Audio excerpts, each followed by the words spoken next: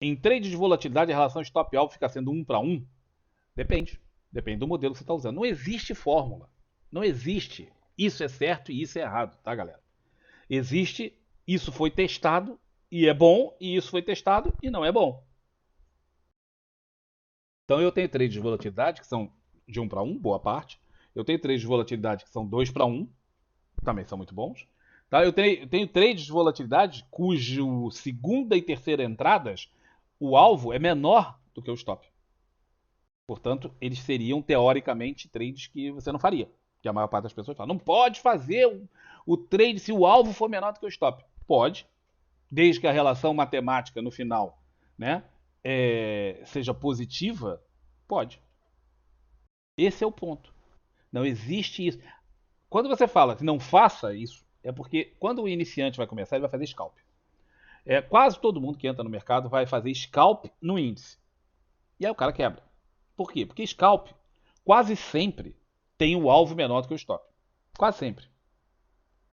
Tá? Então isso dá certo uma opção de vezes e no final dá errado e o cara perde dinheiro e o cara quebra. Porque a expectativa matemática do scalp é negativa. Expecta... Todo e qualquer modelo que tem expectativa matemática negativa, você vai quebrar no final de X trade. Não interessa o quanto acerte. Ah, mas eu tenho um trade que dá 95% de taxa de acerto. Ele tem expectativa matemática negativa? Tem. Você vai quebrar. Não interessa isso. O que interessa é a expectativa matemática.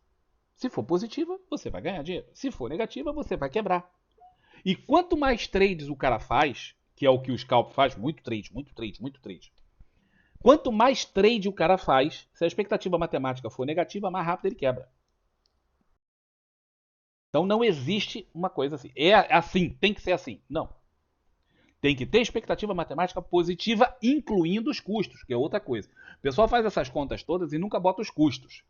Custos tem imposto de renda. Ah, imposto de renda tem que botar claro, porra. É o dinheiro que sobra.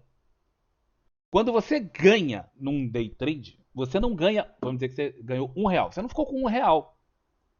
20% você paga de imposto de renda. Então você fica com 0,80. Aí tem os custos. Esses custos variam um pouquinho, dependendo da corretora. Se você paga ou não paga a corretagem, não sei o que tal. Mas pode botar aí 1,5% a 2%. Então, quando você ganha 0,78. Quando você não perde 1. Você perde 1,02 ou 0,3, dependendo do custo.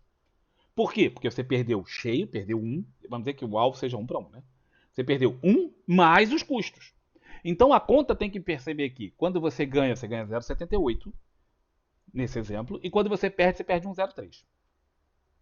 Fazendo isso, a conta tem que dar positiva. Aí vai importar a taxa de acerto.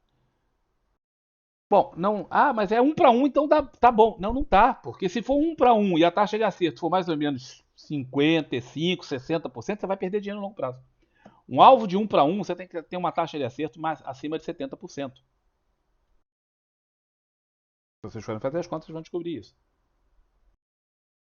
Então, a maior parte das pessoas perde dinheiro na bolsa porque não sabe fazer essa conta tão simples. E que a gente explica exaustivamente nesse livro e nesse livro. Se vocês não entenderem esse tipo de conceito, já era. Porque o cara tá achando que ele tá ganhando dinheiro. Pô, eu tenho o alvo 1 para 1, tô ganhando, tô acertando. Eu preciso acertar o quê? Mais de 50%. 1 para 1, se eu acertar, vamos dizer, 60%, tô ganhando dinheiro, né? Porque eu vou ganhar mais vezes do que eu tô perdendo. Não, errou. Errou. Tá errado.